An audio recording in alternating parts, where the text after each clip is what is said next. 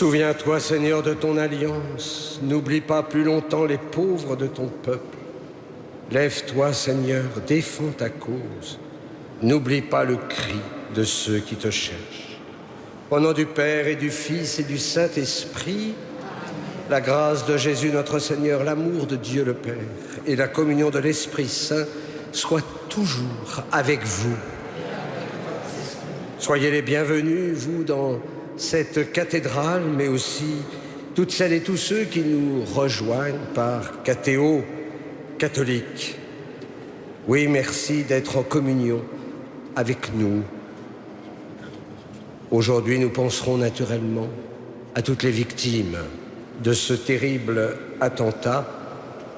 Nous célébrerons naturellement la messe dimanche soir à 18h30 à cette intention.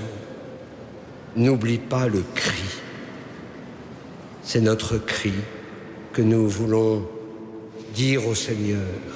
Comment transformer nos cœurs, convertir nos cœurs pour que ça soit la paix qui enfin rayonne dans notre monde si violent. Offrons-nous à l'amour qui pardonne. Je confesse à Dieu Tout-Puissant. Je reconnais devant mes frères que j'ai péché en pensée, en parole, par action et par omission. Oui, j'ai vraiment péché. C'est pourquoi je supplie la Vierge Marie, les anges et tous les saints, et vous aussi, mes frères, de prier pour moi le Seigneur notre Dieu. Que Dieu Tout-Puissant nous fasse miséricorde, qu'il nous pardonne nos péchés et nous conduise à la vie éternelle.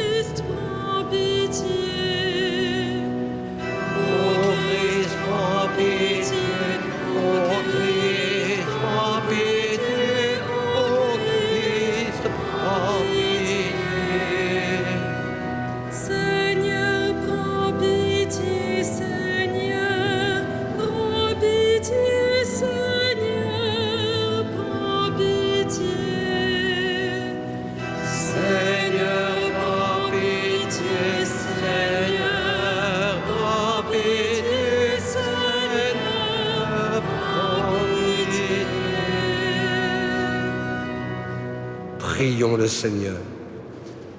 Dieu éternel et tout-puissant, toi que nous pouvons déjà appeler notre Père, fais grandir en nos cœurs l'esprit filial, afin que nous soyons capables d'entrer un jour dans l'héritage qui nous est promis par Jésus-Christ ton Fils, notre Seigneur et notre Dieu, qui vit et règne avec toi et le Saint-Esprit, maintenant et pour les siècles des siècles.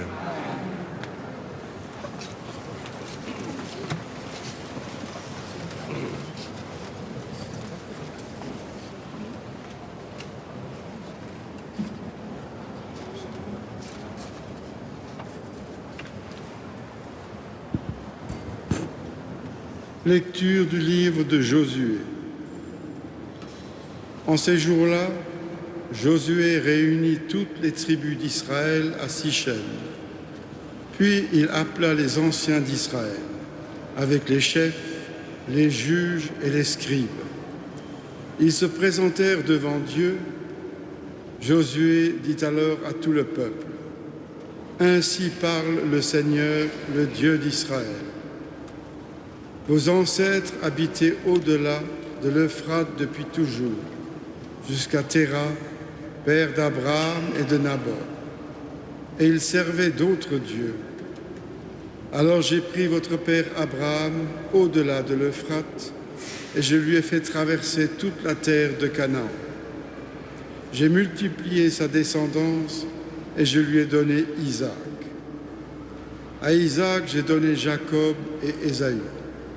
À Ésaü, j'ai donné en possession la montagne de Séir.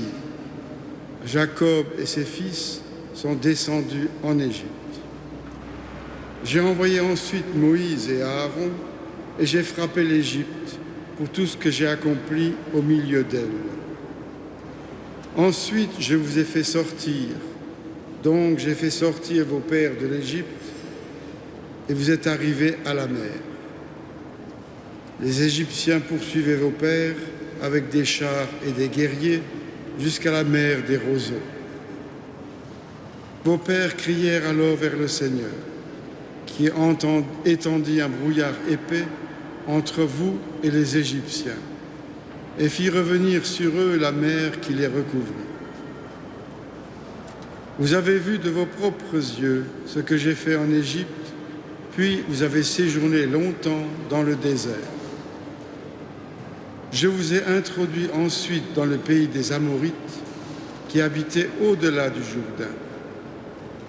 Ils vous ont fait la guerre, je les ai livrés entre vos mains. Vous avez pris possession de leur pays, car je les ai anéantis devant vous. Puis Balak, fils de Sippor, roi de Moab, se levait pour faire la guerre à Israël. Et il envoie chercher Balaam, fils de Béor, pour vous maudire. Mais je n'ai pas voulu écouter Balaam. Il a même dû vous bénir, et je vous ai sauvés de la main de Balak. Ensuite, vous avez passé le Jourdain pour atteindre Jéricho. Les chefs de Jéricho vous ont fait la guerre, ainsi que de nombreux peuples. Mais je les ai livrés entre vos mains. J'ai envoyé devant vous des frelons qui ont chassé les 2 rois amorites, qui ne fut ni par son épée ni par son arc. Et je vous ai donné une terre qui vous a coûté aucune peine, des villes dans lesquelles vous vous êtes installés sans les avoir bâties, des vignes et des oliveraies dont vous profitez aujourd'hui sans les avoir plantées. Parole du Seigneur.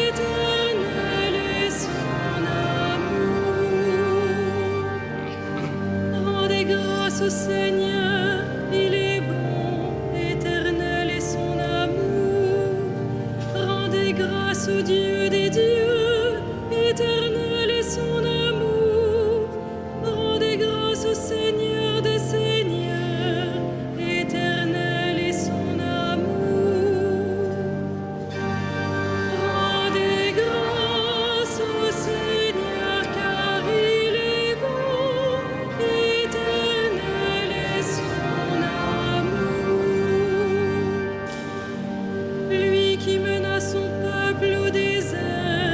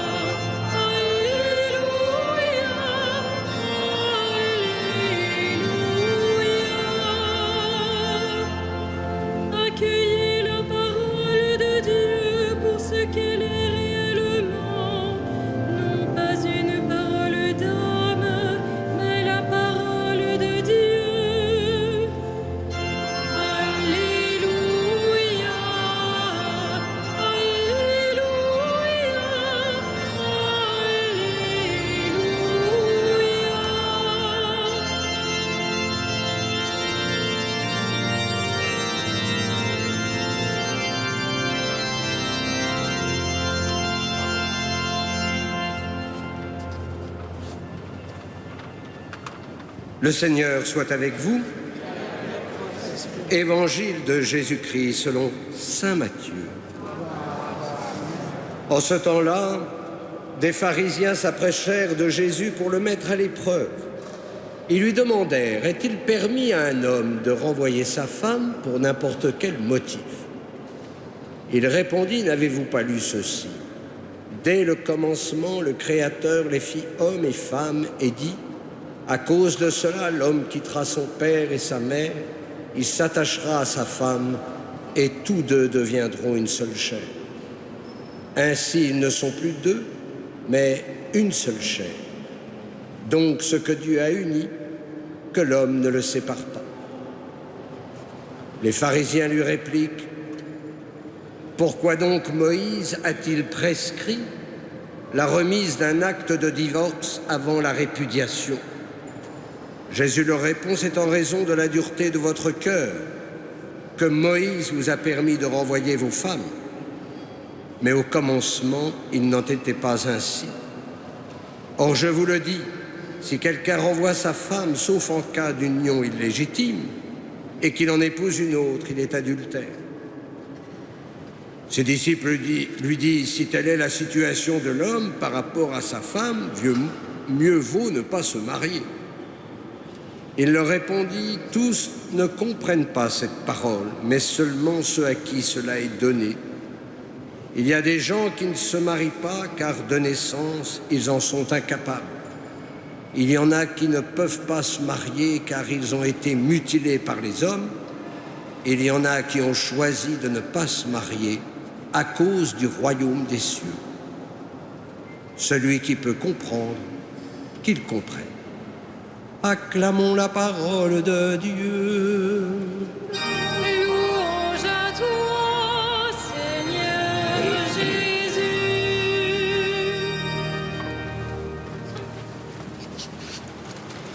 Le Christ nous ramène toujours au dessein d'amour de son Père, qui se révèle déjà dans la création de l'homme et de la femme. Ce que Dieu a uni, que l'homme ne le sépare pas. Et donc c'est l'occasion pour le Christ de rappeler l'indissolubilité du mariage avec la fidélité qui lui est due. Le mariage est-il héroïque? Pas plus que le sacerdoce. Ce sont des aventures à la sainteté. Et donc c'est normal que l'on traverse des tensions, que l'on traverse des combats spirituels. Est-ce que nous nous donnons les moyens de vivre la fidélité? En tout cas, le Seigneur nous les donne par la grâce du sacrement du mariage et du sacrement de l'ordre. Mais encore faut-il s'appuyer dessus. Nous aimons parfois jouer avec le feu. Et quand on joue avec le feu, on se brûle. Personne ici ne peut faire le malin. Nous sommes dans un monde qui nous fragilise, qui nous incite à être infidèles. Internet, bien meilleur et bien pire. Il y en a qui ont choisi de ne pas se marier à cause du royaume des cieux. Ce sont ceux qui vivent le célibat consacré. Et c'est bien pour être signe du royaume à venir, et non pas d'abord pour être disponible à la mission. Ce n'est là qu'une conséquence. Et c'est important, parce que ça signifie que le célibat consacré est d'abord un don, et non une discipline imposée par l'Église. D'ailleurs, l'Église ne l'a jamais imposé. C'est librement que nous choisissons d'accueillir ce don de Dieu. Et si un jour le pape ou un pape autorise l'ordination d'hommes mariés, cela n'enlèvera pas le sens du célibat consacré, tout simplement parce qu'on ne peut pas supprimer cette parole de Dieu. Ce célibat consacré, il sera toujours signe de contradiction. Tout simplement parce qu'il renvoie à ce monde futur, là où nous sommes attendus. Le consacré rappelle ainsi que nous ne sommes que des pèlerins et que notre vraie demeure est celle du Père. Et c'est pourquoi le consacré doit vivre dans l'intimité de Dieu. Sa prière nourrit sa fidélité, fait croître son désir d'être avec son Seigneur. Le cœur du prêtre est tout donné à son Seigneur. Configuré au Christ près, il se donne au peuple qu'on lui confie. Ce qui ne lui empêche pas d'avoir une vie affective, entouré d'amis fidèles. Mais cette solitude demandée par le célibat, elle est habitée. Elle est habitée par le Christ. Ce n'est pas repli sur soi, non, c'est une disponibilité à l'écoute et à l'accueil. Le prêtre est proche, comme aime le rappeler le pape François.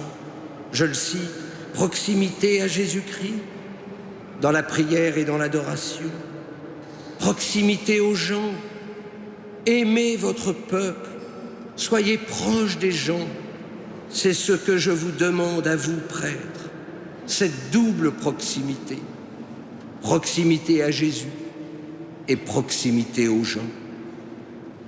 Et le Christ d'achever en disant, celui qui peut comprendre, qu'il comprenne. Alors Seigneur, ce soir, éclaire les intelligences de nos jeunes pour qu'ils puissent s'engager sans crainte dans le mariage ou le sacerdoce, car notre monde a tant besoin de témoins de la tendresse. Amen.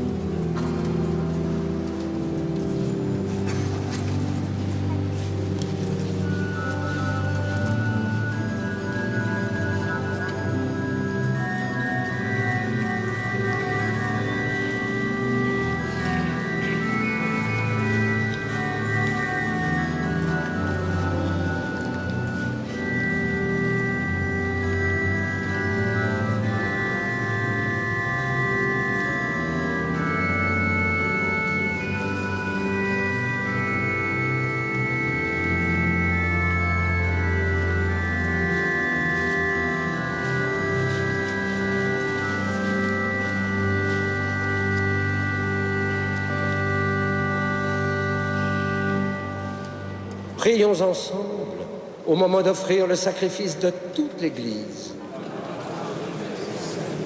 Seigneur, tu as donné ces présents à ton Église pour qu'elle puisse te les offrir.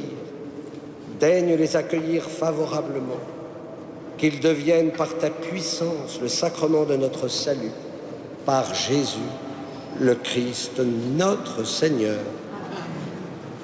Le Seigneur soit avec vous. Élevons notre cœur. Rendons grâce au Seigneur notre Dieu. Vraiment, il est juste et bon de te rendre gloire, de t'offrir notre action de grâce toujours et en tout lieu. À toi, Père très saint, Dieu éternel et tout-puissant. C'est par ton Fils bien-aimé que tu as créé l'homme, et c'est encore par lui que tu en fais une créature nouvelle. Aussi, dans l'univers, toutes choses te célèbrent. Le peuple des baptisés te glorifie.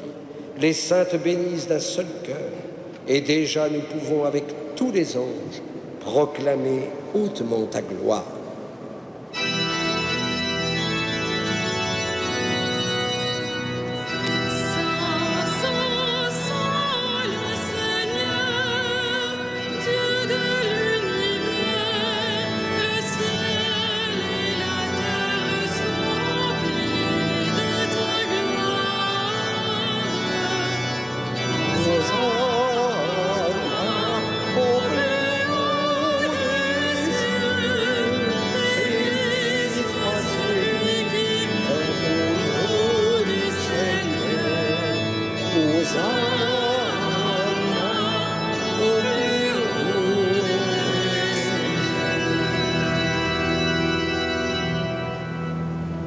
Tu es vraiment saint, Dieu de l'univers, et toute la création proclame ta louange.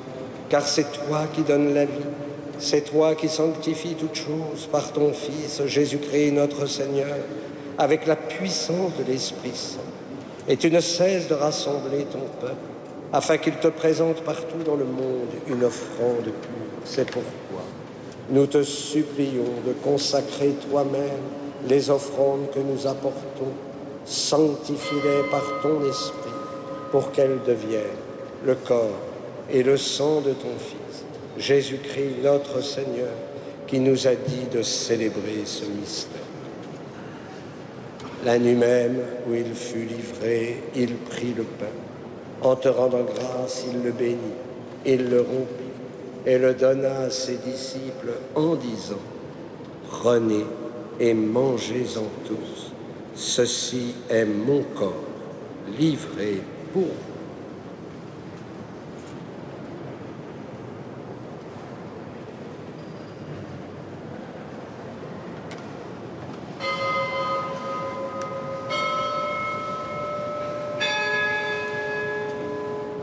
De même, à la fin du repas, il prit la coupe. En te rendant grâce, il la bénit et la donna à ses disciples en disant : « Prenez et buvez-en tous, car ceci est la coupe de mon sang, le sang de l'alliance nouvelle et éternelle, qui sera versé pour vous et pour la multitude en rémission des péchés. Vous ferez cela en mémoire de moi. »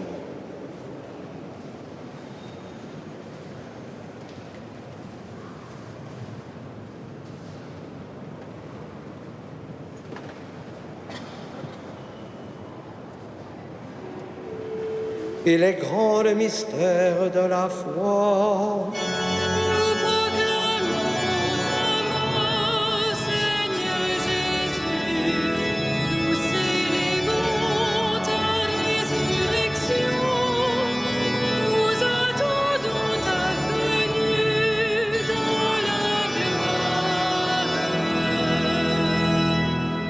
gloire. En faisant mémoire de ton Fils, de sa passion qui nous sauve, de sa glorieuse résurrection et de son ascension dans le ciel, alors que nous attendons son dernier avènement, nous présentons cette offrande vivante et sainte pour te rendre grâce. Regarde, Seigneur, le sacrifice de ton Église et daigne y reconnaître celui de ton Fils, qui nous a rétablis dans ton alliance. Quand nous serons nourris de son corps et de son sang, et remplis de l'Esprit Saint, accorde-nous d'être un seul corps et un seul esprit dans le Christ. Que l'Esprit Saint fasse de nous une éternelle offrande à ta gloire, pour que nous obtenions un jour les biens du monde à venir, auprès de la Vierge Marie, la bienheureuse Mère de Dieu, de Saint Joseph, son époux, avec les apôtres, les martyrs et tous les saints qui ne cessent d'intercéder pour nous. Et maintenant nous te supplions, Seigneur, par le sacrifice qui nous réconcilie avec toi, étends au monde entier le salut et la paix. Affermis la foi et la charité de ton Église au long de son chemin sur la terre. Veille sur ton serviteur, le pape François, notre archevêque André et ses auxiliaires, l'ensemble des évêques, les prêtres, les diacres et tout le peuple des rachetés. Écoute les prières de ta famille assemblée devant toi. Nous te confions Jean-Louis et sa famille. Et ramène à toi, Père très aimant, tous tes enfants dispersés.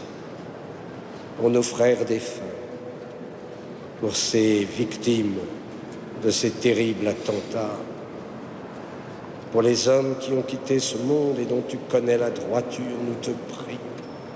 Reçois-les dans ton royaume, où nous espérons être comblés de ta gloire, tous ensemble et pour l'éternité, par le Christ notre Seigneur, par qui tu donnes au monde toute grâce et tout bien. Par lui, avec lui et en lui, à toi, Dieu le Père Tout-Puissant, dans l'unité du Saint-Esprit, tout honneur et toute gloire pour les siècles des siècles. Comme nous l'avons appris du Sauveur, et selon son commandement, nous osons dire, Notre Père qui es aux cieux, que ton nom soit sanctifié, que ton règne vienne, que ta volonté soit faite sur la terre comme au ciel. Donne-nous aujourd'hui notre pain de ce jour. Pardonne-nous nos offenses, comme nous pardonnons aussi à ceux qui nous ont offensés. Et ne nous soumets pas à la tentation, mais délivre-nous. Délivre-nous de tout mal, Seigneur, et donne la paix à notre temps. Par ta miséricorde, libère-nous du péché. Rassure-nous devant les épreuves en cette vie, où nous espérons le bonheur que tu promets et l'avènement de Jésus-Christ, notre Sauveur. Grâce et la gloire t'appartiennent, la puissance et la gloire pour les siècles des siècles. Seigneur Jésus-Christ, tu as dit à tes apôtres, je vous laisse la paix, je vous donne la paix. Ne regarde pas nos péchés, mais la foi de ton Église. Pour que ta volonté s'accomplisse, donne-lui toujours cette paix et conduis-la vers l'unité parfaite, toi qui règnes pour les siècles des siècles. Que la paix du Seigneur soit toujours avec vous et dans la charité du Christ, donnez-vous la paix.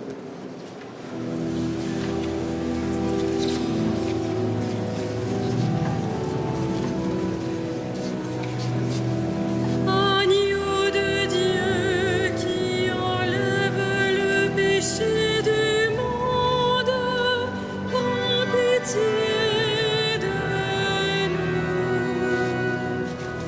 Agneau de Dieu qui enlève le péché du monde, prends pitié de nous. Agneau de Dieu qui enlève le péché du monde, donne-nous la paix. Heureux les invités au repas du Seigneur. Voici l'agneau de Dieu qui enlève le péché du monde. Seigneur, je ne suis pas digne de te recevoir, mais dites seulement une parole et je serai guéri.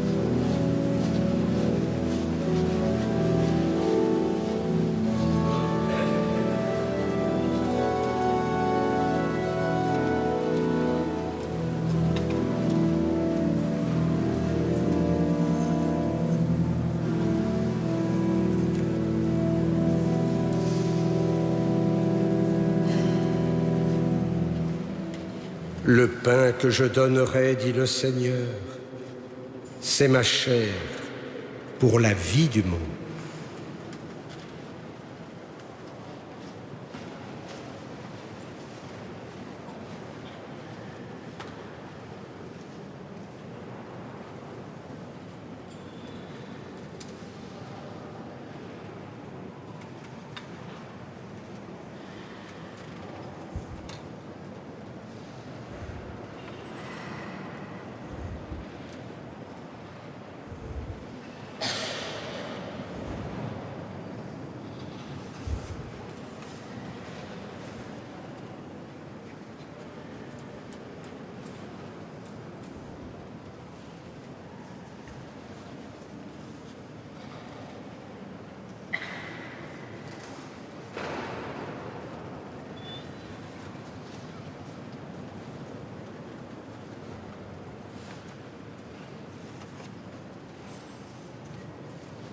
Prions. Que cette communion à ton sacrement, Seigneur, soit notre délivrance et nous enracine dans ta vérité. Par Jésus, le Christ, notre Seigneur. Le Seigneur soit avec vous. Que Dieu Tout-Puissant vous bénisse, le Père, le Fils et le Saint-Esprit. Allez dans la paix du Christ. Comme nous le faisons chaque soir, nous nous tournons vers Notre-Dame. Je voudrais lui confier toutes celles et tous ceux qui sont en communion avec nous, qui m'envoient des messages, qui m'écrivent, les personnes âgées, les malades, celles ou ceux qui sont dans des maisons de retraite un peu esselées, celles et ceux qui portent des blessures profondes. Oui, je voudrais qu'on les confie à Notre-Dame. Salve Regina,